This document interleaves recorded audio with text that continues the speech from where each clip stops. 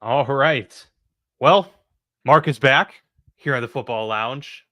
We had a brief interview show with Sean Tufts a couple days ago that we wanted to get in before Cut Glad you Day, got to which do that. happened today. So Yeah. yeah, that was a lot of fun. And some extra like insight into the day in the life of like a football player who is trying to make the team, a football player who makes the team and is comfortable throughout the season. Like he's lived a lot of different Yes. perspectives in the Yeah. NFL in the short amount of time he was there. So I thought that was really interesting to get his take. And today was it cut day, 4 o'clock Eastern time on Tuesday, August 27th, excuse me. The NFL teams, all 32 of them, had to trim their rosters from 90 to 53. So we have our initial 53-man rosters set across the NFL. Not too many crazy cuts or anything like that. We do have A.J. Dillon and Elijah Mitchell going on season-ending IR. Bummer for And both the Ravens and the Packers. That yes, hurts. that's brutal. And we're going to get into our AFC prediction today, previewing the entire AFC, looking at divisional standings, full season records, playoff seedings, the whole gamut we're going to get to here shortly. And among them are going to be the Kansas City Chiefs, who have brought back Mr. Juju Smith-Schuster, but out goes the Kadarius Toney experiment. What a fall from grace since being a first-round selection for the New York Giants just a few years ago. Wild stuff. And this has been all over Twitter today. That's been the big one I've seen. And Juju, remember, wasn't in camp for anyone. He was cut by the Patriots months ago. And so for him to get this call and to find this opportunity, I think it says two things. One, obviously, that the Chiefs believe in him in their system being productive. And two, the Chiefs are really worried about Rashee Rice playing football and how much football he's going to get actually to play this year. And Toney, and Hollywood Brown is hurt to start. And Hollywood Brown, how many games is he going to be out? Yeah, and I think with Toney, I think it just is like they gave him every chance, they gave him every opportunity, and what sucks for a play like Toney, and this is the truth of it. I mean, we make fun of him. He made a lot of funny boneheaded plays and stuff like that.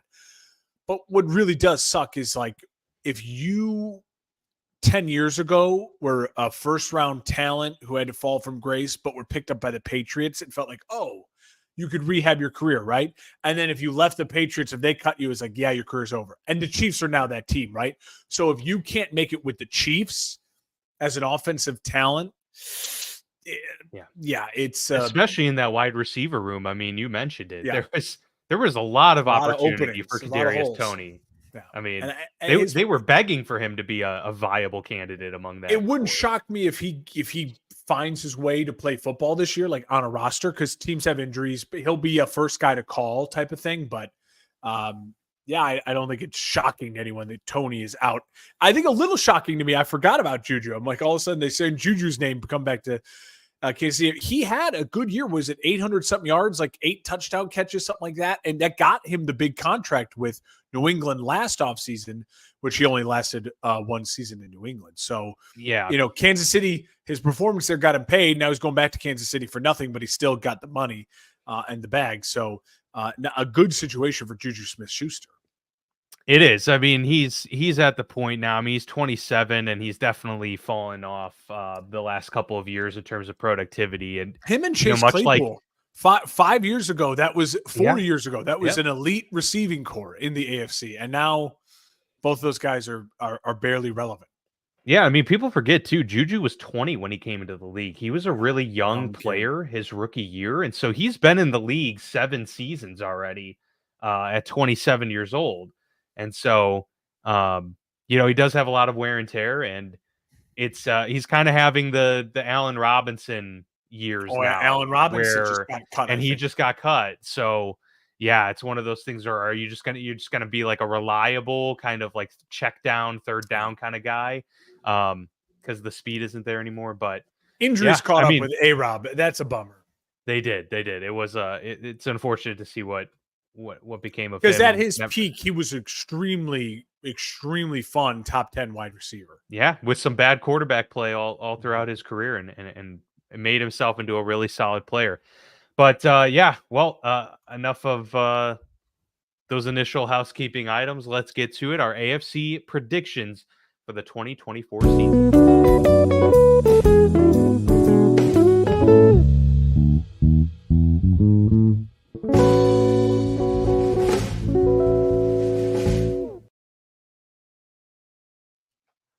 I'm waiting to see Aaron Rodgers also bleach his hair, Yeah. just to feel young again. You know, uh, You know, intimidate Joe Burrow a little bit, if you will. the Jets are going to be, I think, a fun team to talk about as we go through this. I also want to quickly Yes. mention for everyone out there, if you're like me and you haven't done your fantasy football draft yet, I have not next week. I think you're crazy if you do it before the final preseason game. It's so crazy that they do this so early. But the pup list today was huge. We didn't really mention it at the top of the show, but I don't remember a time previously where it's like all the pups got announced on one day. It felt like today was also the pup announced list day. So just check that list, check those Adam Schefter tweets, because guys like TJ Hawkinson and Nick Chubb starting the season on IR are certainly, I mean, on the pup list, meaning they're going to miss the first 4 games at least. Certainly something to keep an eye out for as you're heading into draft night. Yeah, and I think, I mean, your point is well taken. I think this is more that I've seen this year than in years past, but it's definitely a strategic move as well to be able to have more guys on your roster, essentially. I didn't realize Higbee was the Rams tight end is also starting in the pup list. Oh, I didn't notice. That really got me today too, because I was like, I was kind of targeting him because I think the Rams will have a good year, and I was like, oh, that hurts my Rams number 2 seed in the NFC prediction from last week. Well, if they're on the pup list, it's just you're right. Games. They can't be activated the first 4 games. I didn't realize that. See, those are these little rules. Like, if you're on IR, you can't be activated for the first 8. I think it's a way for them to keep them on the roster without cutting them, without putting them on IR. It's kind of the halfway point, right? It's like IR's the whole season. This is.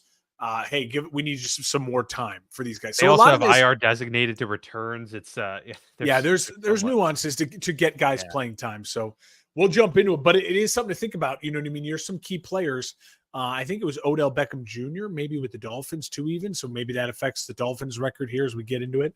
But Dan, we said it last week, the AFC, this seemed tougher to go through. And you mentioned it in the pregame before we started going live here. A lot of it has to do with schedule in the AFC, who's playing who and when they're playing them. Some teams that I don't believe in they got some incredible scheduling breaks. Yeah, I was actually surprised when I looked through the comprehensive schedules for each team, how much it actually affected what my preconceptions going in were. Oh yeah. So there are some teams that actually surprised me in terms of I just felt that their schedule was too easy to not put them in the mix. Others I was like, shoot, I mean, I had them as like a 12-win team, but this schedule is way tougher than I thought, so I might have to knock this down a couple pegs. And I'll be honest, I'm way less confident in my AFC landscape than I was my NFC. I feel much more uneasy about how this shook out, but it is what it is. And I went back through it a couple times to check myself on a couple things. And yeah, at the end of the day, this just seemed to be how the chips fell. And so I had to let it stand at that point. So let's start with the AFC East. Let's do it. Get into that. I'll let you do the honors and get us started on this bad boy. So like we did last time, we'll go bottom to top, and I'll try to give some sort of explanation. I wonder who's number 4 for each one. Yeah, the New England Patriots definitely 4. I had them at 3-14. I think that's probably a little low. I think they'll find a way probably to maybe win 4 or 5 games. I can't see them winning more than 6 games unless Drake May comes in late in the season and really shocks us. The word out of the very final week of camp, too, was Gerard Mayo saying is that actually Drake May was outperforming Jacoby Brissett, but they have a plan in place. And listen, I heard a really interesting take from Colin Cowherd the other day, and he gets made fun of a lot, but I do want to give credit where it's due. And his podcast on the Volume Sports Network, they were talking about the age of quarterbacks. Drake May is extremely young, like extremely young. He's 21 years old versus a guy like Bo Nix is coming in. He's 24 years old. Yeah. And that is a huge difference. We've all been through our early 20s. 21 versus 24.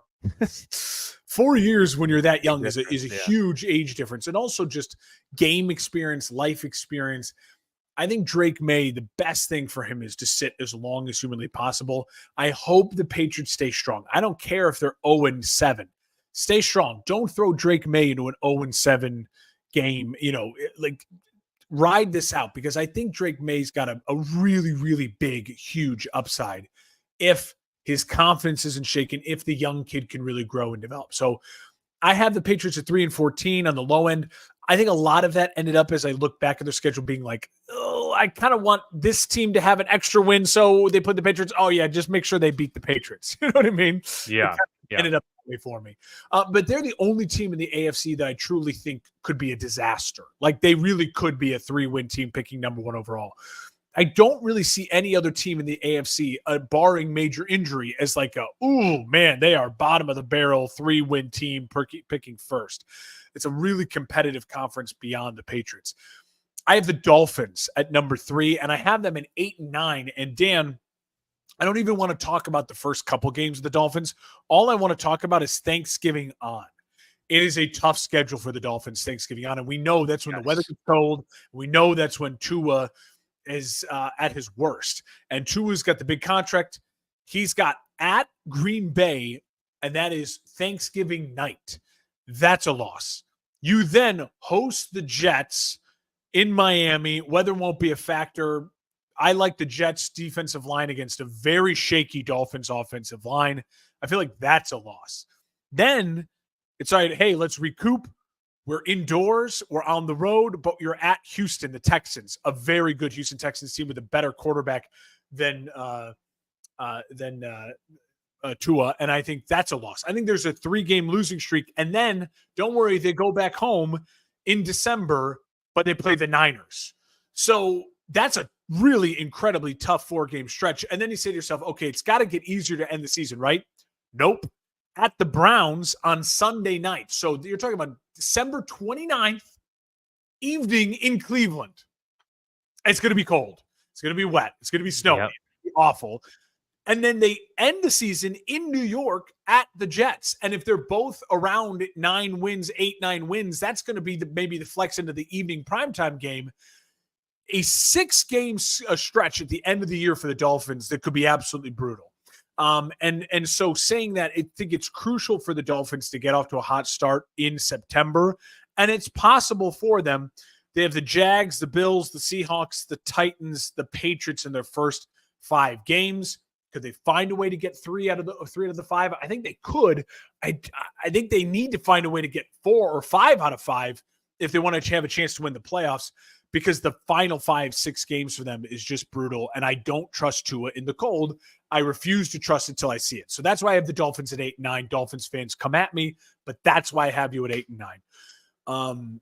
I have the Jets at number 2, and I have them just beating out the Dolphins, but I have them finding a way to 10-7. The Jets' schedule is frustrating, right? Because it's one of those schedules where it's like big game, lull, big game, lull.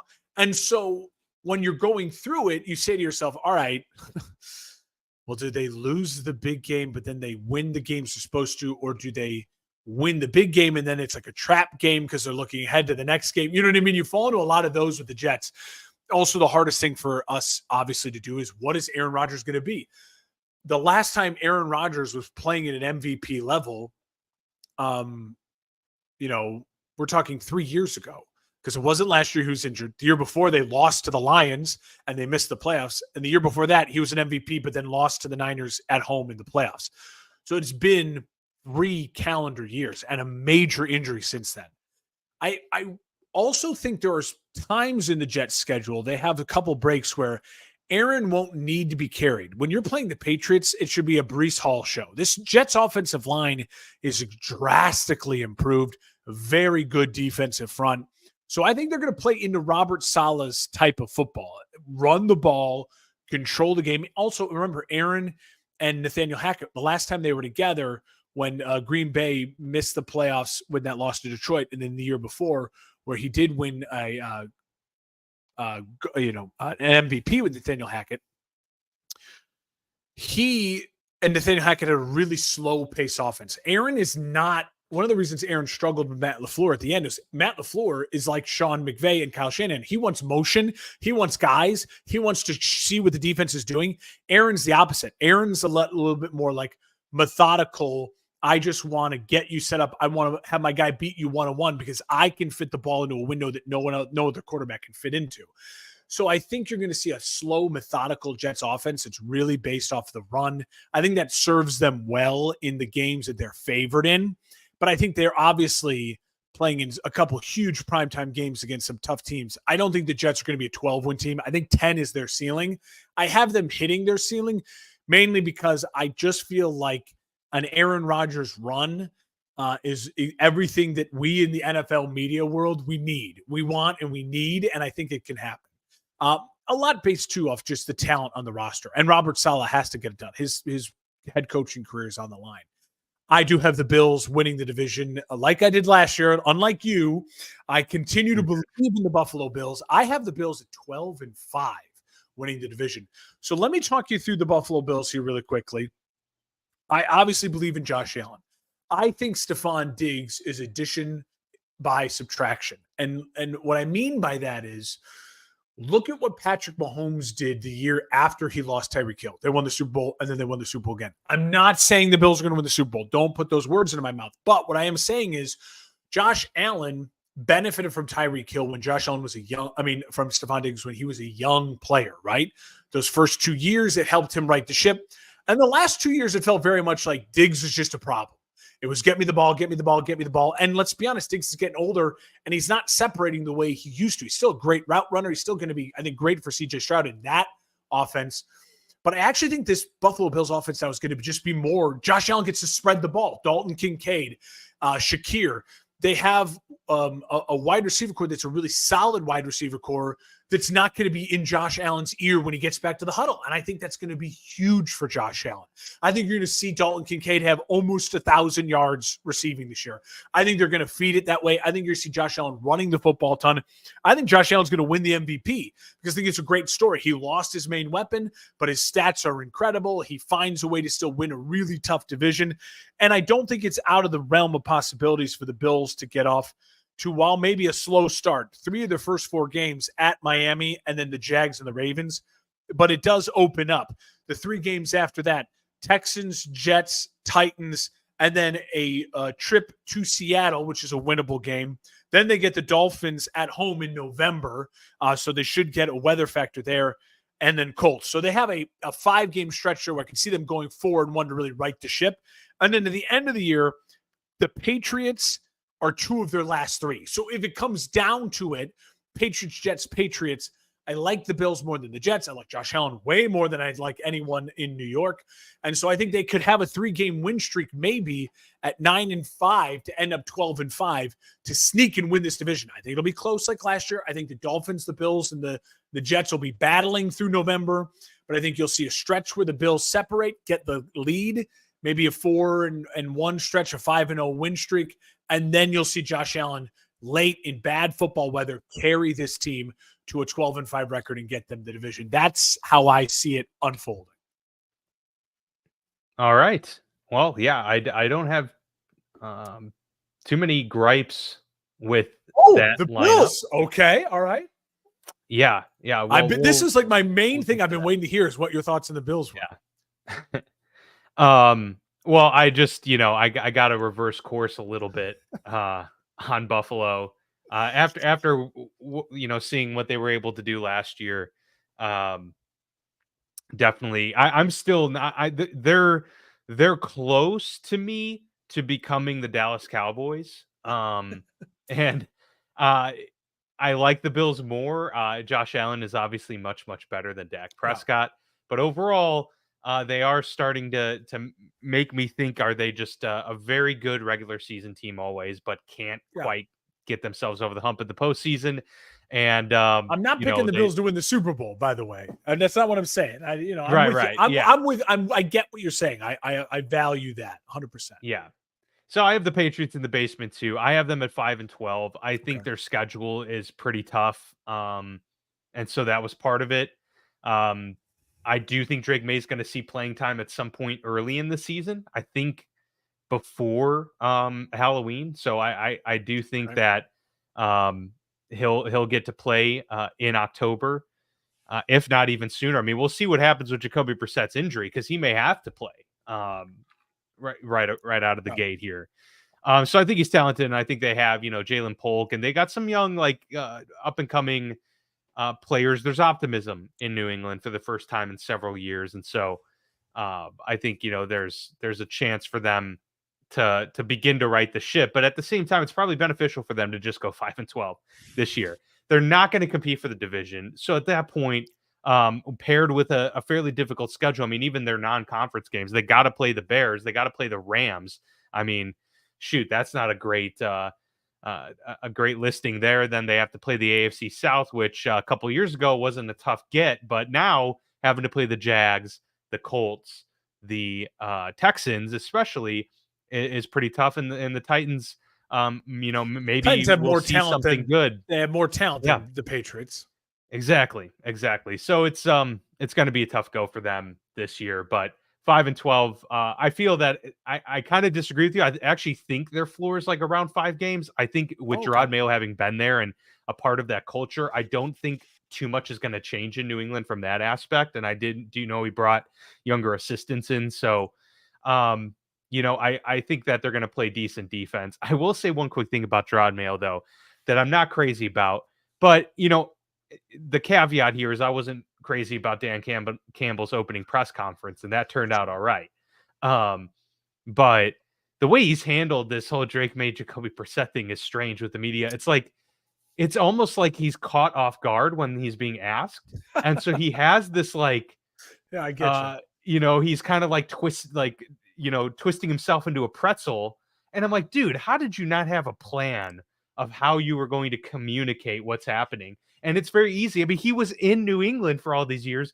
All you got to do is just say, We're on to Cincinnati. we're letting this thing play out. Jacoby's in the front running position, and we've got a young guy in Drake, and he's been playing well, but we haven't made any decisions yet. And when that time comes, we'll let you all know. But for right You're now, just it's so undecided. used to Mike Tomlin that you're Well, spoiled. You're pole spoiled by position great thing, coach yeah. speak. Yeah. Well, but Gerard Mayo should be used to Bill Belichick. Yeah, he should be. I Not agree with you. saying, not committing to anything. So I just wanted to note that real quick. But third place in the division, and this actually wasn't the case when I first did it, but I went back and thought about it a little bit more, is the Miami Dolphins. I have them at Okay, 9-8. all right. I have them at Okay. 9-8 here. This was a conflicting one for me because I actually do think the Miami Dolphins are going to be a pretty decent team, and 9-8 is obviously not trash. But again, you pointed out like their schedule is pretty tough, and I think coming out of the gates, to be honest, I know that they get 3 home games in the first month, which benefits Miami, but then again, it doesn't benefit Miami all that much to have a home game in September because everyone's got nice weather in September. I would like, if I'm Miami, to be on the road for the first 6 weeks of the season so I can have all my 8 games at home Yeah. in November and December. They do have home games still late into the year too, but those road matchups against the Jets, as you mentioned, the Browns, the Texans, even though that's obviously in warmer climate, but to go on the road multiple times through the end of the year, Lambeau, that's too much to overcome. And so we've talked about this before. If you don't have too many pockets of a season where I can envision a 3-game winning streak, it's hard to get you to the playoffs. And so I have them missing the playoffs here at 9-8 in third in the division for those reasons. Plus, did they get much better? I don't know. I mean, their defense, I think, got a little bit better. But I want to defend you and I both really quick. While you were talking, I was able to finally look it up. I had mentioned it earlier.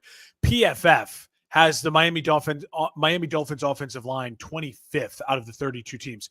Armstead at left tackle and Isaiah Wynn at left guard. Good players. It's a good left side line. But center, right guard, and right tackle, Brewer, Jones, and Jackson, a lot of unknown. And with a very they don't have Richie Incognito there still. Just beating the crap out of Tua with a very immobile Tua and a very big late schedule. I mean, Dan, we both said it. if Dolphins fans are mad that we have them both missing the playoffs, show me why I should feel pumped about the Dolphins this year. Their offensive line is worse. They lost an elite edge rusher in Christian Wilkinson.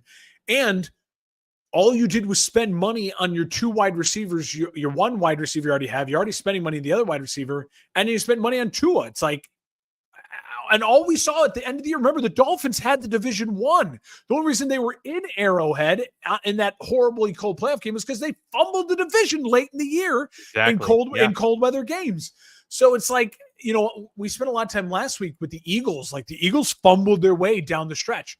The Dolphins fumbled their way down the stretch in the AFC. They absolutely did. Remember, they had we have episodes, we were talking about the Dolphins could be the number one seed. They were in like the catbird seed for the number one seed for a while, and they end up in Kansas City in minus 20-degree weather because I just don't trust him. I like Mike McDaniel a lot. I just don't think this roster, and you nailed it. I'm so glad you're on the same page with me here. I don't see this roster as a elite roster in the NFL. It's great weapons. And it's extremely top heavy.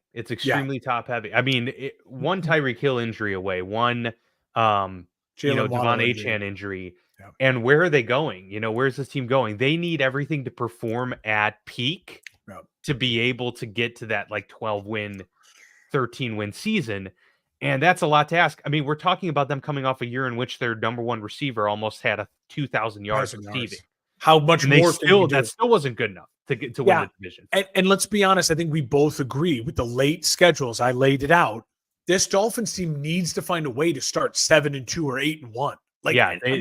And it's a tough start of the schedule. And I don't see that happening. Exactly. It's just I actually have them starting 0-2 to begin the year too. Like, I have them losing to Jacksonville and I have them losing to Buffalo right out of the gate. I did too. I absolutely did too. Then I have them going on like a 5-game winning streak, but then they lose, again because they got tough matchups. Dolphins fans are going to be all butthurt and they're going to be in our mentions. But show me the proof. Show me the money, as Jerry Maguire would say. I want to see the proof. Show me why I should believe in the Dolphins.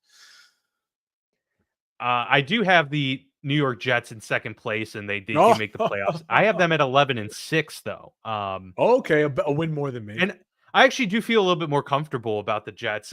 If this is obviously all depending on the Aaron Rodgers situation, but if they do have Aaron Rodgers for the vast majority or the entire season, it's just a really good roster. I mean, I know there's questions about the offensive line, and I get that. They also got a quarterback who's super accurate and can get the ball out quick and make decisions fast. So they have a good quarterback for having a bad offensive line. It's either that or like a Lamar Jackson type that can just run out of trouble. And so I feel good about that. You got a true number one wide receiver. You got some young receivers as well. You got a good tight end. You've got a great running game that you can, work behind, and then a phenomenal defense. So that alone is a good recipe, especially in this division. Their defense is going to keep them in enough games here to where they're going to be in contention for the division late.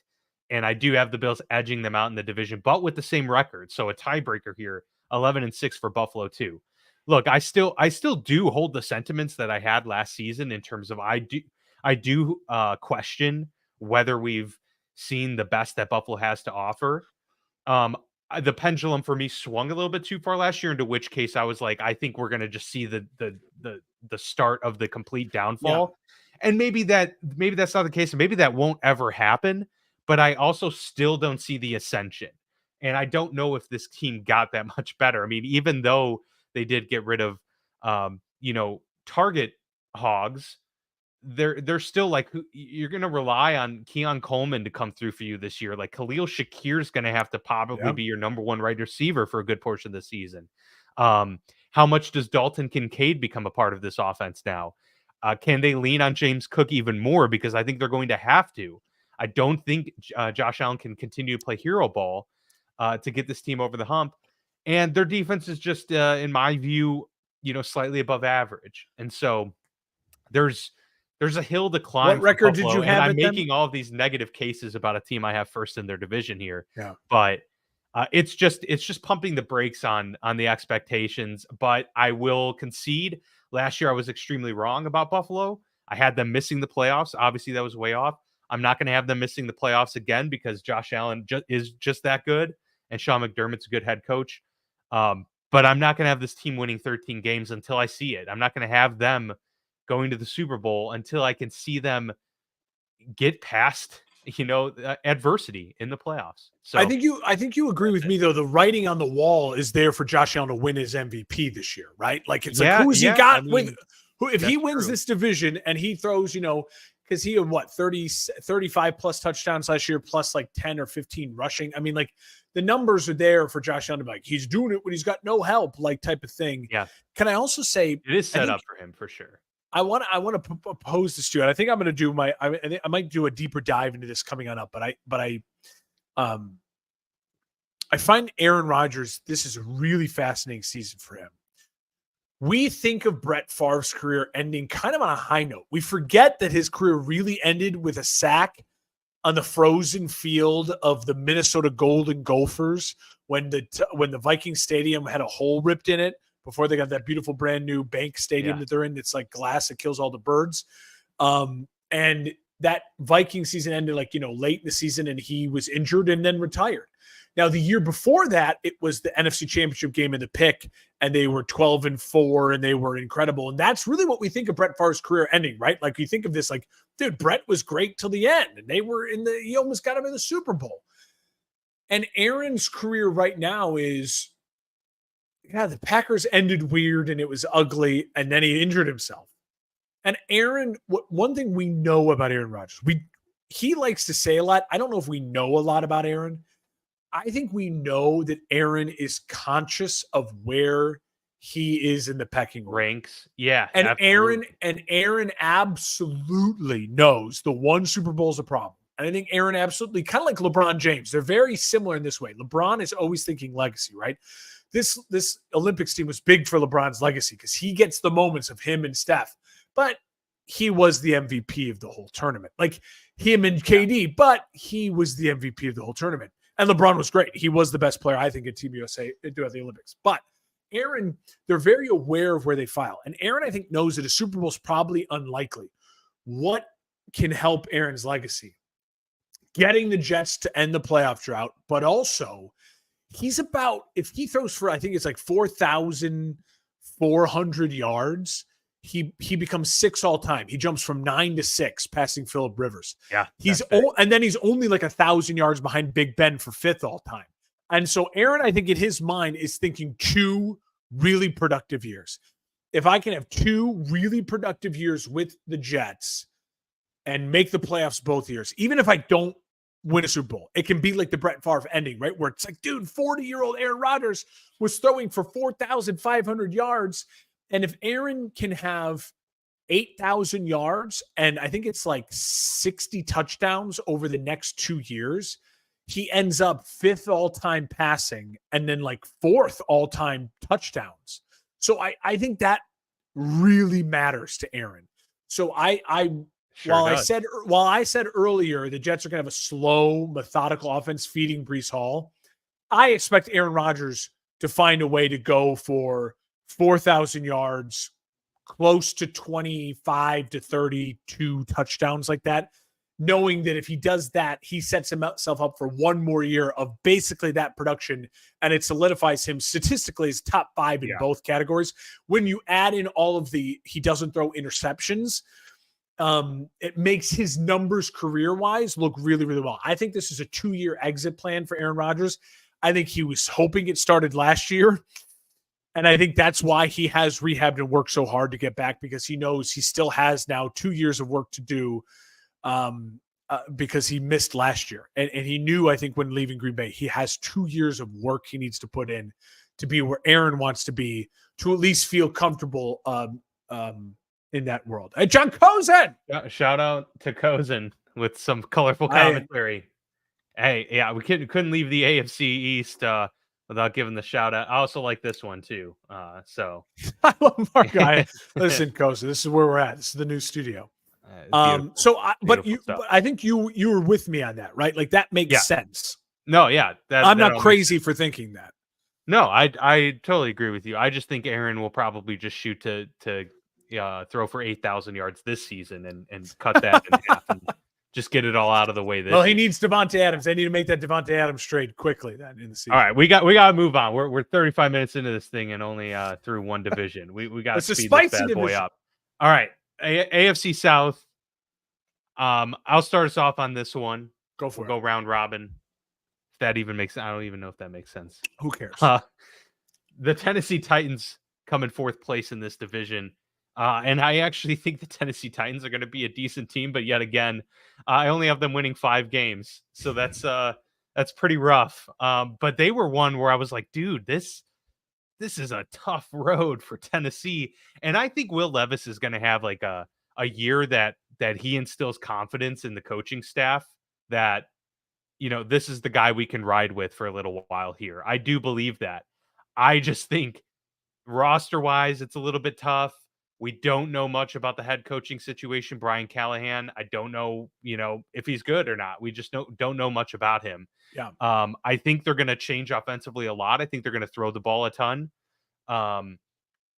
And I think defensively, they're going to struggle this year. And for that reason, they're not really going to be well equipped to get into shootouts with people. And unfortunately for them, they play, some teams that I think are really good, even outside of their own division. They play the NFC North, which we both think is a pretty solid division. And then they have to play Buffalo and they have to play, the Chargers. And it's just that's a rough road for an already struggling team. They have to play the Bengals later in the year. So it's just, man, a tall order for Tennessee. So I have them at 5-12, but I do think this will be the year they get a high draft pick. They're able to get, another top tier guard or tackle next year and really start this ascension quickly. I have the Colts coming in third place, and a lot of this hinders on Anthony Richardson. I don't know how much confidence we can put into Anthony Richardson takes because we've seen 2 games of him play. I know. And I just, I don't know how accurate he is. I don't know how much he can rely on his legs. And again, they have a tough schedule too. So all of that combined leads me to 7-10, which is a slight improvement from last year. But it's still a situation of, I believe in Shane Steichen, but I don't know what this Anthony Richardson experience is going to yield. And so that gives me pause. And I said it was an improvement. It's actually a decrease from last season. They won 9 games. That's my bad. But I truly do feel like this team didn't get better as a unit. And I just don't know what Anthony Richardson brings to this team, because a lot could be said for what Gardner Minshew did, rallying the troops and playing within the system and not doing too much. Anthony Richardson could be the guy that is too turnover prone, that puts them in a bad situation early on, and they don't have the defense to cover for it. So I know that could be a little bit harsh, and I'll be willing to eat crow on that. But I don't see them winning more than 9 games anyway, and so that's where they fall here at me with me at 7-10. I have Jacksonville coming in at 10-7, second in the division here, but they do make the playoffs. They come in as the 6th seed, and Jacksonville I do think is going to be an improved team, but the record is not going to be indicative of that, because they do have peaks and valleys throughout the year. In terms of where they have to go. Of course, 2 weeks in London. They're the team that has to travel to London every year, and they got to do all of these crazy trips. And late in the season, they do get some breaks in terms of they got a couple home games, and then all of their road games are either in Dome or West Coast. So they're not going to be in the harsh environments at all really next season. Philly in week 9 is the by far like the worst environment that they're going to have to encounter in terms of later in the year. So I think they're a pretty steady and consistent group throughout. And, this is the year for Trevor Lawrence and Doug Peterson to prove that they've got the makings of a strong franchise that can do this for years to come. And so I think they'll get there and make their case. The Texans, though, after what I saw last year, after what I saw from DeMeco Ryans, a team that only got better with the addition of Stephon Diggs. In my view, they have an embarrassment of riches over there They in do. terms of the offensive side of the football. They get Joe Mixon to help out with the run game as well. And this defense is young and growing. They were already pretty solid last year. I expect that trajectory to continue.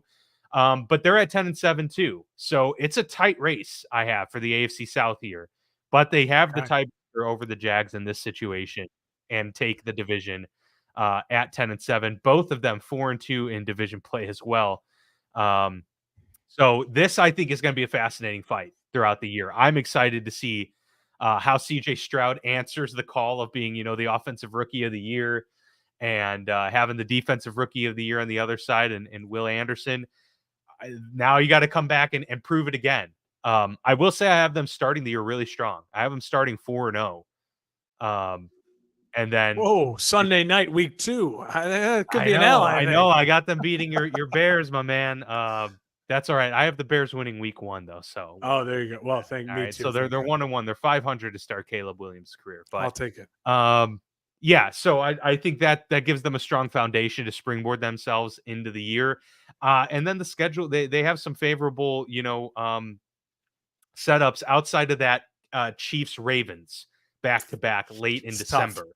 That's going to be tough. That's why I do think that they bank wins early, because I have them losing both of those games to the Chiefs and the Ravens before winning at home to end the year. But overall, I feel pretty good about both the Texans and the Jags. And so I felt good that, my schedule predictions ended up with both of them making the playoffs. But I do think the Texans will win the division. And I would love to see the Jags do it because I am a fan of Trevor Lawrence and the team. But Texans are just a really solid unit, and they've done it already. So Jacksonville's got stuff to prove.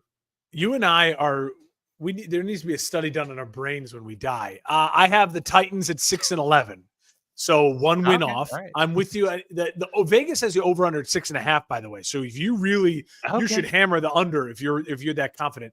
I think they're going to be right around that. I think this is a Titans team that actually, as you talked about the shootouts, I think that's what they're going to be in a lot. I think they're going to be okay in it. The problem is they're going to lose games like 40-33. It's going to be close, right? Because they have the weapons on the outside. Hopkins, they get Ridley in. I think Will Levis is Jay Cutler 2.0. I think he's athletic. I think he's got a cannon. I think he's loose with the football. And I really do think that their new head coach, the former offensive coordinator for the Bengals, is going to let it loose. He knows what to do with 2 wide receivers. He knows what to do with a big arm, strong quarterback who's not afraid to let it rip. So I think they're going to be fun to watch. I think the problem is that defense is not good. And their offensive line, while they've taken 2 great offensive linemen back-to-back drafts, there's still another guy or 2 away. Take another 2. Elite unit. Yeah. And so I think the Titans are going to be fun. I think they're going to upset people. I think this Titans team is going to look a little bit like that Titans team from like that first year with Ryan Tannehill, who we were like, dude, what are they doing? Like, this team should not be that good. And they steal a win or 2 in a big game. But then they lose a lot of games. Like, I think they go probably 1-3 against NFC North. That kills them and things like that. Colts, the teams that they're potentially going to be getting in shootouts with, to your point, the Jets, the Packers, the Bills, the Lions, the Bengals. I trust them more. Texans, what do the majority of those teams have? Decent to really good defenses. Yeah, the Titans don't have that to go. And I trust their quarterback more. Like Will Levis. Yep. Will Levis has, though, a huge ceiling. Like, if Will Levis has the opportunity to, at the end of this year, be like, oh my God, we have to talk about Will Levis now. Like, he's got that talent in him. I really believe that. Colts, I have just like you. It's 7-10. You harped on it. I'm not going to spend too much more time on it. I think we should have seen it coming more with the Colts last year when Richardson went down. Gardner Minshew was with Shane Steichen the whole year before as the backup in Philadelphia. True. No one knew that offense and was ready to go more. And no one fits a scheme better than a guy like Gardner Minshew. He's just like, I'm going to run whatever coach tells me to run, and I'm going to do it perfectly. That's what Gardner Minshew, that's what he does. That's what Kirk Cousins does. That's what Dak Prescott does. He is of that ilk. The problem is you have Anthony Richardson, who's of the Lamar Jackson, Justin Fields, Michael Vick ilk of like, hey, coach, I know you said to throw it to the X receiver when he cuts here after taking 3 steps. But Yeah. I'm 6'6" and run like a 4.3, and so I'm just gonna maybe hold on to the football and maybe throw a cannonball. With Anthony Richardson, it could be boom or bust. If the Colts end up as a 5-win team, would it shock you? No, because I really have no faith in what to believe with Anthony Richardson.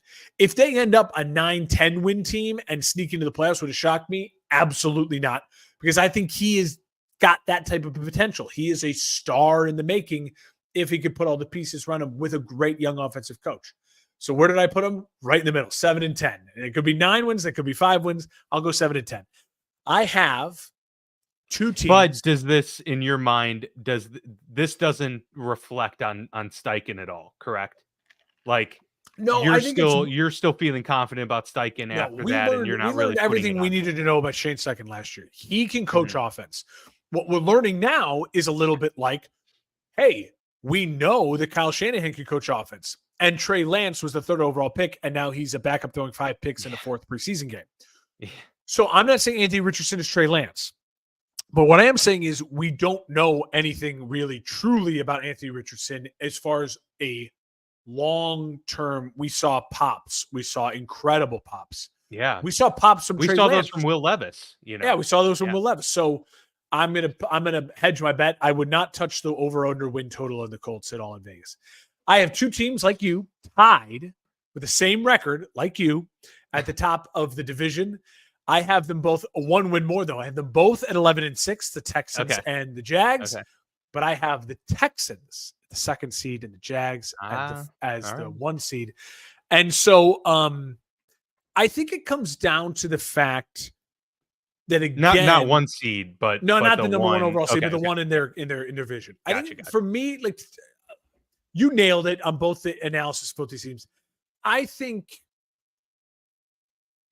for me, what it came down to when I was picking the games is that obviously I had their records tied at the end, and I looked at the win percentage in the tiebreaker, and it was like, oh, the Jags are better. Do I think the Jags are better than the Texans? Do I think the Texans are better than the Jags? I think it's a total coin flip. What I'm going to trust in this and say, hey, I'm going to trust just, hey, that's what my gut said, that based on how the season broke out, the Jags are going to win, is I think that Doug Peterson, of the coaches on whose seat is hot, he is a guy I trust the most. Like, he's a guy I trust can be like, hey, we know what went wrong in year 2 of this thing. We can right it in year 3. I also think that they are a team that sneakily improved. You have Josh Allen on the defensive side of the football. That defense is solid. It's not great, but it's really solid. And offensively, I think Trevor Lawrence is ready for the pop here. He got the contract. Everything's settled. He knows no matter what, he's going to be the quarterback for the Jags next year. That, I think, is a weight off of his shoulders. I think it's the first time since he's been the number 1 overall pick. There's a little less weight on his shoulders. You know what I mean? Mm-hmm. There's more pressure on Doug, less pressure on him. He's got the deal. And so I think it's going to lead to a pop year from him. I expect Trevor Lawrence, 33 touchdowns, 6 or 7 rushing touchdowns. I expect him to have less than 15 interceptions. I think they're throwing the ball over the yard. And I think that he has a type of year where you're like, oh, yep, there he is. Brian Thomas is looking like a great 1st-round pick for them too. So yes, if he can be a legit number 1 wideout with Christian Kirk and Evan Engram there and Travis Etienne, they are cooking. Exactly. And I think, remember, Lawrence is a weapon himself. He can pick up a plenty of first downs and make runs. So I also think, in my gut, I truly believe the Texans had such a special year. They can't recreate it. And I think you agree with that too, because you had them a less win total. You had them down to 10 wins. 10, yeah. So I think there's something in that, right? There's a sophomore slump. There's a full season of film on CJ Stroud and the magic and of the Ryans. team. Yeah. And I do think Stephon Diggs will help, but I also think there's going to be times where it hurts. I think it hurts. I think it's going to hurt. And so we'll see how that ends up playing out for the Texans. Jags end up with the win in the South, but the Texans and Jags both make the playoffs. Good deal. All right, how about you springboard us into the AFC West? The West? The Broncos 6-11. I had them more as like a 4-win team. But I will say, the fact that they're starting Bo Nix and they're just going for it with Bo Nix, I actually think is the best thing for them, even though I'm not a believer in Bo Nix. In the sense that when you have less quarterback drama, they're now not going to bench Bo Nix, right? Like he's going to be the guy, unless it is horrifically bad. And I mean like 0-5, 5 touchdowns, 15 interceptions, like horrifically bad. He's not getting benched, right? This is his pick. Mhm. This is his franchise. So stability is so crucial for a football team. So that clicked in my head. And I was like, all right, let's get the Broncos to about 6 wins. I think they're capped at 6 wins mainly because it's a tough schedule and they don't have the talent as the teams they're playing. Like, let's just be honest, they don't have the overall roster talent. So I have them at the bottom at 6-11. I have the Raiders at 6-11 at number 3. This is basically because when it all came down, they were the same. And I was like, well, I've been shitting on the Broncos way too much. I can't have the Broncos ahead of the Raiders. I'll put the Raiders ahead of the Broncos. I like that they're starting Gardner Minshew. The thing that worries me is their schedule early is tricky. And if this is a team that starts really slow, this is a team that all of a sudden picks up the phone and says, we'll give you a second rounder for Devontae Adams. And then all of a sudden, they're the first team that really like lets things go, right? That's not Max Crosby. Sure. But remember, Christian Wilkins, we talked about him leaving Miami. Where did he end up? Yeah, that was a big get. Big get. Yeah. Max Crosby is the best pass rusher maybe in football. And he just got a Christian Wilkins, who's a top 5, 6 pass rusher in football, to help him. And that is huge. I think this Raiders defense is going to keep them in games. I think they're going to be disruptive. I think they're going to create turnovers. Antonio Pierce is going to have himself a unit on his hands. And I think if Gardner can keep it alive and keep the ball and keep Devontae Adams happy, this Raiders team is spunky and they're going to win a game they shouldn't win. And I just like them more than the Broncos. And I've been shitting on the Broncos, so I put them ahead of the Broncos. Chargers at 9-8. I wanted the Chargers to be a 10-11 win team. They were one of the teams I had going to spec. I want the Chargers. I love it. I love Harbaugh. We're believers in Herbert. You start looking at that wide receiver room, it's really scary. You look at that tight end room, it's even uglier. You look at the running back room and you're like, wait, that's the running back room? Like, remember, Austin Eckler is not on this team anymore. The weapons are scarce, and I mean scarce. And Justin Herbert has not practiced with these scarce weapons because of the foot. And Justin Herbert, a lot like I was just saying with Trevor Lawrence, he's a threat running the football. And if he's not running the football and he's not comfortable with that plantar fascia injury, that really worries me. It really worries me. Now, they have things going for them. I think it's an easy start to the year for the Chargers. I think they can find a way to a positive start. I love their offensive line. I love the style of football that Harbaugh is going to want to play. I think their defense has incredible edge rushers. And I think they claw their way to 9-8. I think the ceiling is 10-7 in that division. And so I have the Chargers coming in a second. Chiefs. Did they get a playoff spot there? No, right? I do not have the Chargers in the playoffs. No. Okay. And then I have the Chiefs at the number 1 overall seed, 12-5. Gets them the number 1 overall seed this year. And, I'm done. I mean, I'm not picking against them. I truly think this is the team that can go 3 Super Bowls in a row. We've never seen it before. That's the talk right now.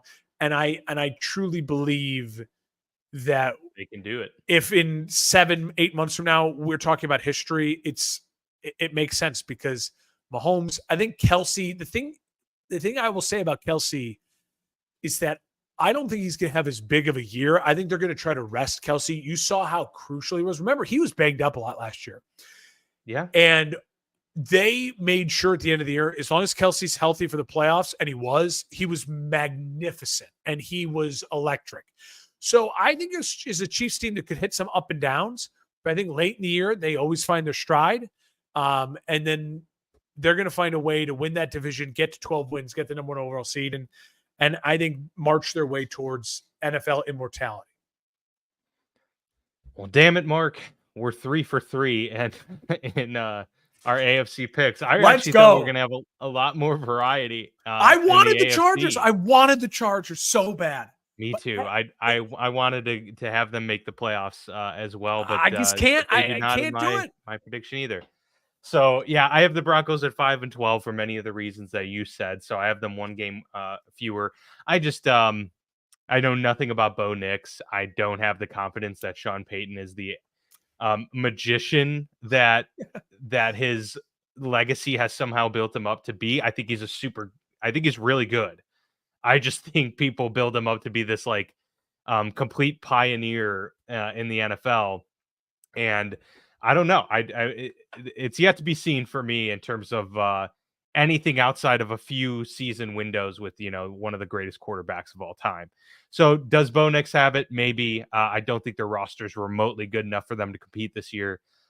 So they are there at 5-12, and they go through some growing pains throughout this season. But hopefully by the end of it, they will know whether or not Bo Nix is the guy for them moving forward. I have the Raiders coming in at 6-11 in third place for many of the reasons you stated as well. I worry about the consistency of this team because I do struggle to find out exactly how they're going to be able to run the football effectively. I don't think they have the makings for that right now. Um, Josh Jacobs is no longer in town. Zamir White is their starting running back, and he's been a backup in his career to this point. Yeah, like who is that exactly? So we'll see if that works out. Their offensive line, he's going to be my starting running back in improved. fantasy, by the way. No, because yeah, I just trash talk Zamir White. You're gonna be like, I'm desperate for a starter, and I'm gonna end up with Zamir White. Unless Brock Bowers has a Sam Laporta type season, which was a complete outlier from the tight end position, tight ends usually take a year or two to fully transition to the NFL. And so the weapons they have is Gardner Minshew throwing to Devontae Adams, and then there's a lot of question marks right now. Well, McDonald the tight end, and then Michael Mayer and Brock Bowers. Michael Mayer, not McDonald, Mayer, and Mayer's solid too. I don't want to begrudge that, but we didn't see him involved in the passing game to the extent that maybe you thought coming out of Notre Dame that he would be. And so, yeah, I mean, we'll see if Antonio Pierce, what he does with this team to take them, through to that next step. But there are a lot of question marks with this team. And while their defensive line certainly got improvement, overall, their defense doesn't scare me. And they're in one of the toughest divisions, and not divisions as a whole, but definitely the Chargers and the Chiefs are some hard opponents to have to constantly battle throughout the season. Schedule doesn't do them any favors either. 9-8 for the Chargers. I do think they're going to be a scrappy team, but I think they're a year away from fully being, implemented under the Jim Harbaugh regime. They're going to have to, get their complete shift offensively up to speed, and I think that's going to take some time. I do have them coming out strong, but that's only because they play the Raiders and the Panthers the first 2 weeks of the season. And then they get to play, Pittsburgh, who we don't know what they're going to be. So the Chargers could easily be 3-0 to begin the year. But they do have to play, the AFC North, the rest of the AFC North throughout the year. They've got matchups, of course, with the Chiefs late in the season. So it's just it's kind of an up and down year, I think, for the Chargers. They are going to have to scrape and claw for things. But I think overall, Justin Herbert's going to be a much more efficient quarterback by the end of the season.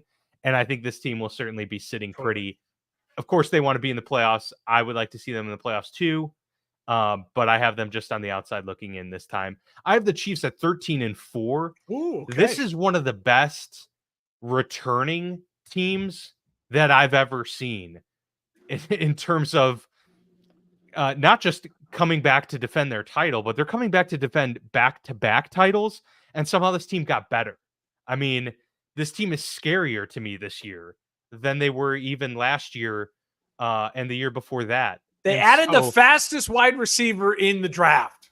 They added the fastest wide receiver in the draft. They didn't lose anything defensively, which they were already a top 3 to 5 unit, especially at the end of the year. They were like the number 1 defense. And they got Hollywood Brown. They, have a second year Rashee Rice. We'll see when he's able to play. And Xavier Worthy, exactly. Not to mention Kelsey didn't seem to lose much of a step. I mean, and they have a relatively young offensive line for the most part. It's it's scary, man. Creed Humphrey just got paid. He's a great player. if there's a team like you said that can do the three-peat, I've never seen one better equipped to do it. Well, So and you forget if they're the defense. healthy, The I defense, feel Chris confident. Jones, Karlaftis up front. It's a really Yeah. nasty front. They can rush the passer. They're really solid on the back end. Good linebacker play as well. And Andy Reid. Andy Reid's the best coach in Yeah, football. the greatest tactician and strategist that there is. Yeah, that's a tough one to compete with for sure. So you we've have got them them as the there. I have one them as the seed, I would one seed. imagine. Okay. That is the one seed. Yes. So do you want me to take the North first, or do you want to go for it, and then I can react to your? Yeah, I'll go with the North. All right. I have the Cleveland Browns in the basement of the division. I have them at 7-10. Okay. I have them at 7-10. Okay. The best 7-10 team that I can think of in recent memory, but I have them at 7-10. Look, man, I feel like we're all waiting for Deshaun Watson to show that he was remotely worth the $230 million that they paid him. The last good season we saw from Deshaun Watson was in 2020.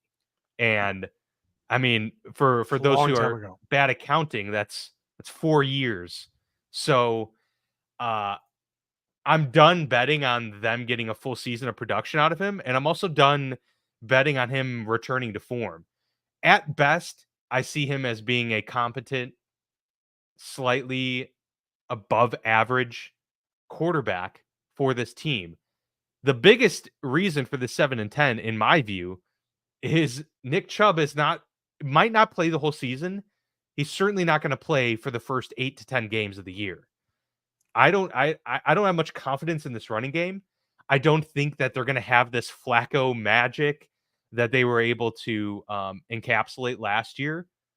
And I don't see Jameis Winston, now the new backup, as being some guy that can insert that. I don't see Deshaun Watson as being able to bring them to that. I have lost confidence in the Browns. I don't think any of this has to do with Kevin Stefanski. I think he was dealt a shit hand. I like Kevin. With what the organization did. And I think he's having to sit in it. But he's a great coach. And yes, this is the basement of where they could land. And I have them there. And I understand that. And as a Steelers fan, I'm going to get so much hate for just being like a homer with this pick.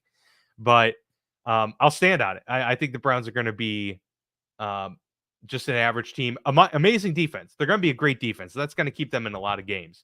But if we look at their overall situation, it's not pretty. We'll talk about the Steelers, end of the season schedule, which is brutal. The Browns have to play Pittsburgh twice. They have to play Kansas City. They have to play the Bengals, the Ravens, and the Dolphins 6 of the last 7 weeks. It's not great. That's really tough.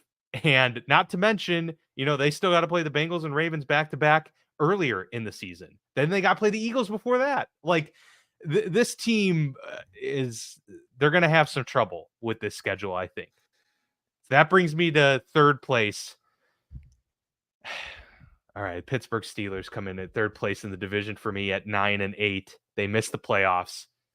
And but Tomlin's streak is alive. Tomlin's streak is alive. He keeps the winning season streak alive and well. And I really do believe that too. I think I've never seen a team where I've like their floor and ceiling is so close. Like I think their floor is 9 wins and their ceiling is like maybe 11, maybe, but likely 10. They're like right there. And so I'm going to have them at their floor. I don't think their floor is below that, to be honest, because one, we've never seen it from Mike Tomlin, and the team is in a better position today than they were last year. So that's really where I get that from. And the defense got better. They got Patrick Queen. They added Patrick Queen to a top 5 defense. I think that's pretty solid. The biggest question for me, obviously, is what are they getting out of the quarterback position? I don't know what Arthur Smith and this offense is going to look like. I like to think that they're going to be much more effective at running the football, and I think they have quarterbacks that can, play within the system. I think Russell Wilson's going to be the starting quarterback, and he'll take care of the football. I know he puts it on the ground sometimes, but in terms of through the air, he doesn't throw many interceptions and had an efficient season last year. I think there's a lot, a lot of optimism around the Steelers offense. But Mark, they have George Pickens, and that's it. I honestly believe Omar Khan thought when they traded Deontay Johnson that he was going to have a deal done in place with some other team for an elite wide receiver by this time. And it hasn't happened. And the Ayuk thing hasn't been set in stone. There were rumors about DK Metcalf, Terry McLaurin.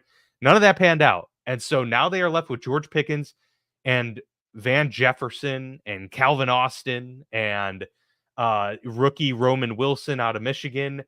A lot of unproven guys in terms and for Pat Freiermuth, which I think he'll have a pretty solid year. Arthur Smith likes his tight ends. They're just going to be again a team that is feisty. Arthur Smith doesn't like Kyle Pitts, but he likes tight ends. Well, that's the thing too. Is like he did scheme up Kyle Pitts a lot, but also we're talking about Desmond Ridder. Like how much can you have? He's not on a roster up right now. to Desmond get your Ridder is not on a roster right now. Yeah, exactly. He got released. So, I mean, I will give him a pass there, but yeah, no, Kyle Pitts definitely underperformed in his tenure, and he has to own some of that. But, no, they're going to run the football a lot, so they're going to be winning. I just don't see them blowing anybody out, and for that reason, they're going to be in a lot of close games. And while Tomlin is good in close games throughout his career, if that's what you're going to live by, you're going to put yourself in a really difficult spot for the entire season and hoping that no injuries come. So that's where it was tough. It's the first time on the show I think I have Pittsburgh not making the playoffs, and so that was difficult for me. But it is what it is, and I think they're right on the cusp, probably fighting, to the very end, but missing out. I have Baltimore coming in at the second spot at 10-7. That one's tough too because I think Baltimore's ceiling is a 13-win team, but gosh, I don't know. At this point, we can't really. The injury concerns are enough to where they're just not an anomaly. They're actually something where you're like, are we going to get a full 16 games out of the combination of Lamar and Mark Andrews and whoever's a running back for them? There's a lot of questions about the strength and conditioning, staff there in Baltimore because they get just riddled with injuries every year. And, they lose Patrick Queen, one of the better middle linebackers in the league. And so they're going to be a perfectly fine team. They're going to be really good. I probably do have them at their floor here. But nonetheless, they get in as the 7 seed in the playoffs. And then I rounded out with the 11-6 Cincinnati Bengals. They'd have more wins on here if their defense wasn't just, their defense is pretty bad. Average. Like they're average. It's not as bad. Yeah, it's not as bad as I think maybe people are making them out to be. They're not as bad as they were last year, and that's about it. But yeah, so there's that. I don't know what's going to happen with the T. Higgins and Jamar Chase. Like, are they both on the roster by the end of the season? Well, I think that the T. Higgins will probably be traded at some point. What do they have at running back? What do they have, with the tight end room? I don't know. So that's where I have them at. Joe Burrow better stay healthy. If he does, this team can win the division. Absolutely. Okay. At 4-13. No, just kidding. You say Pittsburgh Steelers. I swear to God, dude. I was just teasing you. I do have the Steelers at 4th in division. Let me just tell you this real quick, Mark. Do you realize that the Steelers have never, ever been 4th in their division? It's a first for everything because its name is Russell Wilson. The year after they replaced Kenny Pickett with Russell Wilson? Well, here's the thing, Dan. When I went through the simulation, the first time I had it came out, I had Pittsburgh just going off the shoot. And again, I did it week by week, not like looking at their schedule, like picking specifically for them. And so I then went back and looked at it and I was like, no. I know Pittsburgh better than that. But off of just the games, I had Pittsburgh as like a 5-win team because of that schedule. Yeah, it's just so brutal. When you're just going through the schedule, it's like the NFL purposely said, we're going to over the Pittsburgh Steelers. And if you're you want to rate off like weeks like 11 on. Like, so I forgot to mention that. From at the start of middle of November, it's this is November 17th. It's Ravens, Browns, Bengals, Browns, Eagles, Ravens, Chiefs, Bengals. And I think I had them going over terrifying. through that whole thing. And I was like, okay, well, they're not going to go over through the whole thing, right? They're going to win a game you don't think they're going to win. They'll probably lose a game you think they're going to win, right? So I had to course correct. And I look at the Pittsburgh Steelers. They have a 4-game stretch I think is extraordinarily imperative. And I think you'd agree. And it is the Raiders on October 13th. They're at at Vegas. And then it's Raiders, Jets, Giants, Commanders. It's a 4-game stretch. That is the month of October into the first week of November. And they have a bye in there as well to get ready for the Commanders. They have to go 4-0. They have to go 4-0 against the Raiders, the Jets, the Giants, and the Commanders. Like, that is the weakest stretch.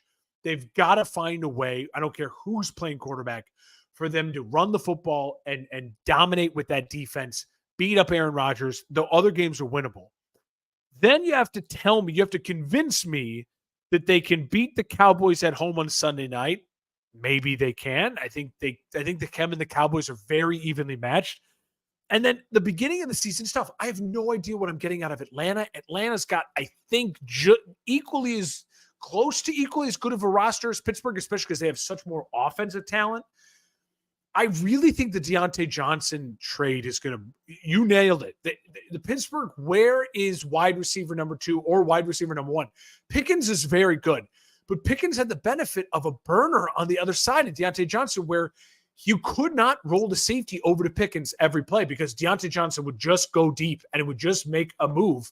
And I know he didn't score a lot of touchdowns, but he was a yards machine. So I really am concerned about that. I'm really concerned, especially because Russell's strength is throwing the deep ball historically, but we haven't seen it in 2 years. And Justin has a cannon, but let's be honest, it's inaccurate. It's extremely inaccurate at times. I think they have a chance to start 3-1, and they would need to do that. You know, you maybe lose to the Chargers, but you beat the Colts, you beat the Broncos, you beat the Falcons. That would be the best way for Pittsburgh to go forward. But problem with that, Dan, is, again, I believe that Justin's the better choice at quarterback. And I think they're going to start Russell. So I don't think Russell's going 3-1 against Falcons, Broncos, Steelers, Colts. I don't think he's doing it because I haven't seen Russell do a stretch like that in over 2.5 years. And I mean it, in almost 3 years, because that last year with Seattle was the injury. He got injured early, broke the thumb, and he was never the same. Remember, he rushed back. Ever since he rushed back from the thumb injury, he hasn't been the same. It pains me. I have them at 7-10. I agree with you. They're a better football team. The defense is elite. I agree with you. Their ceiling is 10 wins. The problem is I right now, I have so much faith in Mike Tomlin. You know I like Mike. I think the organization is solid. I think the defense is incredible. The offensive line, I have questions. I think they are very limited at their weapons besides Pickens and Najee. And Muth is a good tight end, but he's a traditional tight end. He's not Laporta. I don't even think he's Cole Kmet as far as exploding down the field and his range and everything. It worries me that stretch of games at the end of the year is tough, and I could see them late in the year if they make the move to just at the wrong time, or they stick with Russell for too long, that it can get out of hand, and that schedule's bad. I have them at 7-10, and I have the Browns at 8-9 at 3. And why I have the Browns over the Steelers, I think for me, when I looked at it all and I was trying to calculate this, like, do I agree with this? I think it comes down to the fact that offensively, the Cleveland Browns have more to work with. They have more to work with. And I think that Deshaun Watson, while I don't trust him, like I don't trust Russell and I don't trust Justin, he doesn't have to worry about a quarterback controversy. Deshaun Watson's not in a quarterback controversy until they're 0-6 or 0-7 or they're in hell. And I don't think they're going to be that because their schedule is workable at the beginning of the year. I don't love the Browns, so I really think the Browns' ceiling is 9 wins. And I have them just below that at 8. I have the Ravens at number 2, and they're at 11-6. I like the Ravens a ton. I agree with you. I think this is a team that's not as high of a ceiling as last year's team, but I think they're a team that at times will look more like a Super Bowl team.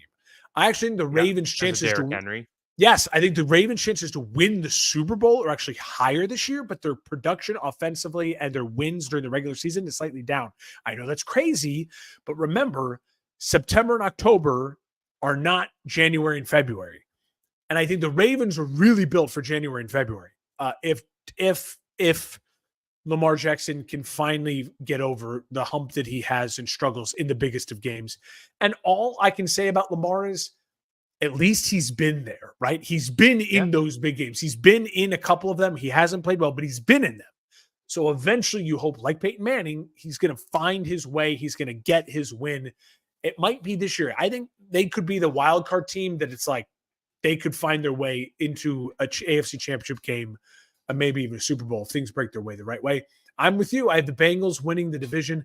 I have them at 12-5. It's all Burrow. It's all Chase. It's all T. Higgins. Chase is not paid yet. CeeDee Lamb got paid. We didn't talk about the top of the show, but CeeDee got paid. The team said that they are expecting Chase there for week 1, but that was an interesting thing because, like, why? Like, it's almost like they're pressuring to be like. He's been a good soldier. Him and T. Higgins have both been good soldiers during the offseason. This offensive line for the Bengals, I think, got better. Joe Burrow is.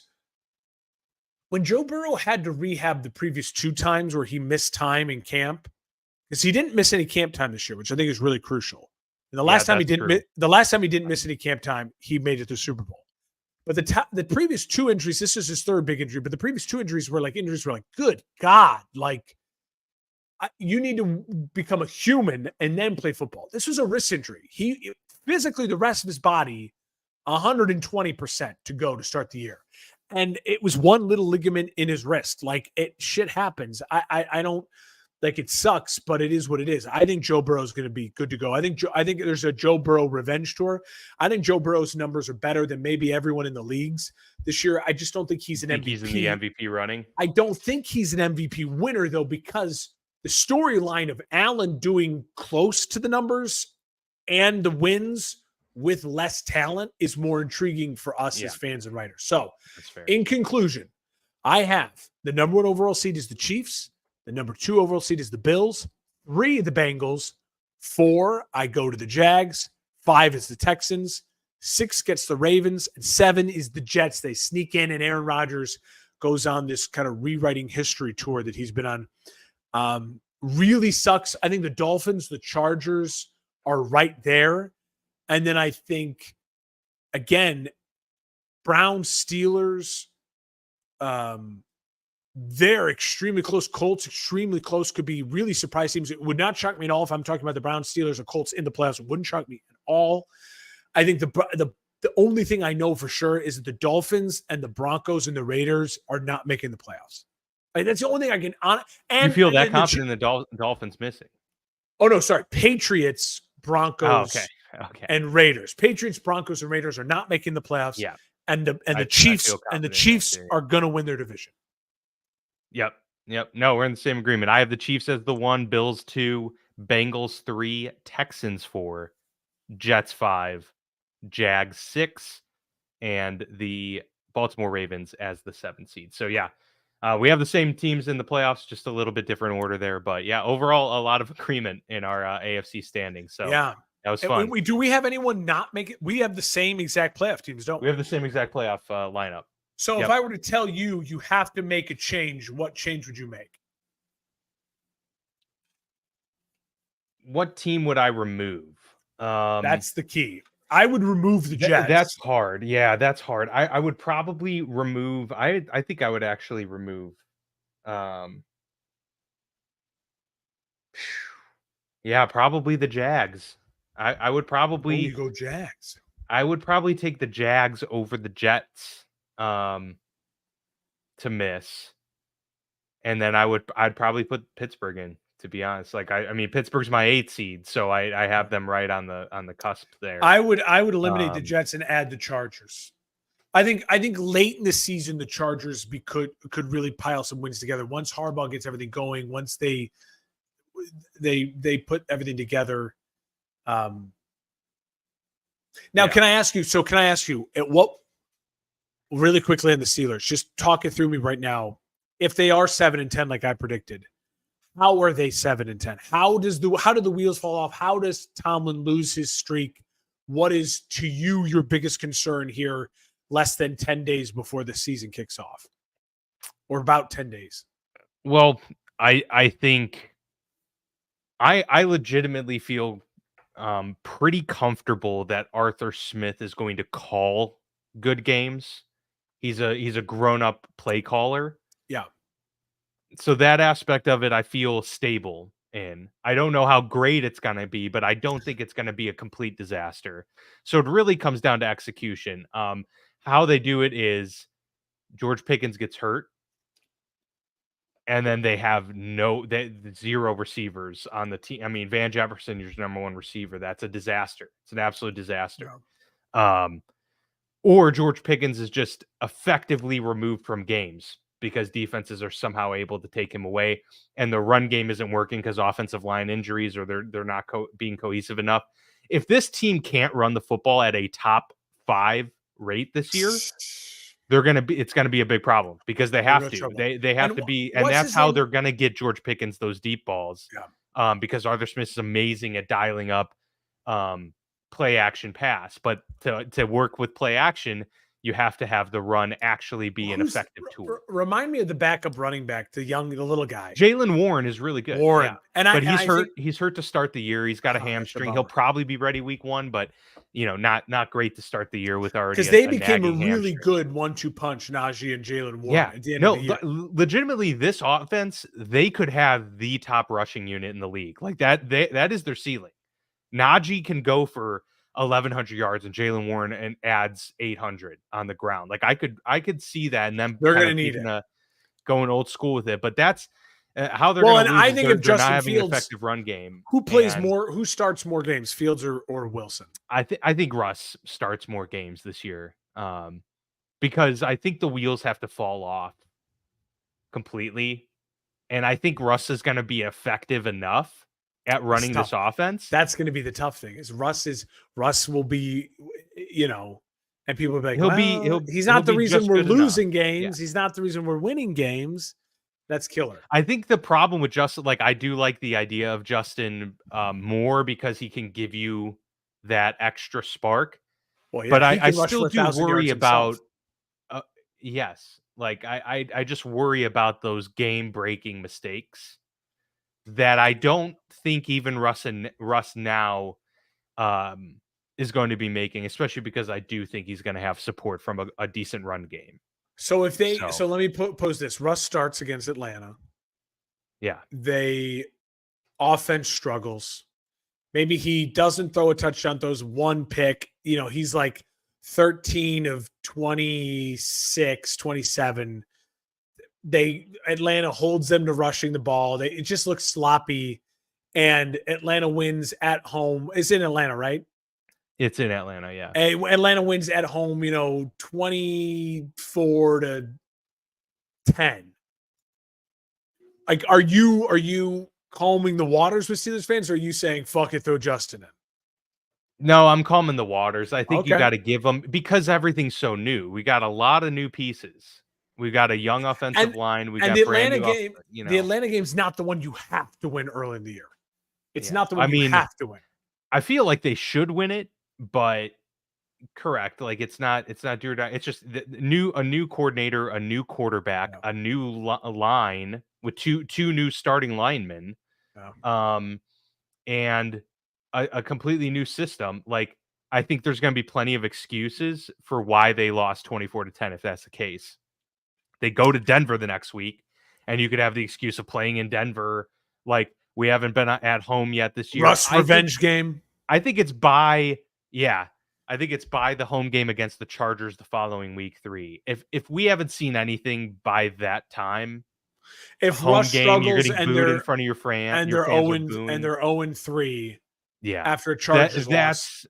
That's the point, because I also they go back on the road in the dome, play the Colts. Like that would be a good time to insert Justin, and then he gets to come back home for the Cowboys and then the Raiders. Like not the hardest stretch of the schedule. If you end up inserting Justin in that back half, good Lord, Godspeed to any I think Russell will end up. I think they're going to be just good enough that Russell's going to start just over half of the season if it comes to that, and maybe the whole season. But I feel like if you have them at 9 wins, that's Russell starting the majority of the year. Yeah. Nope.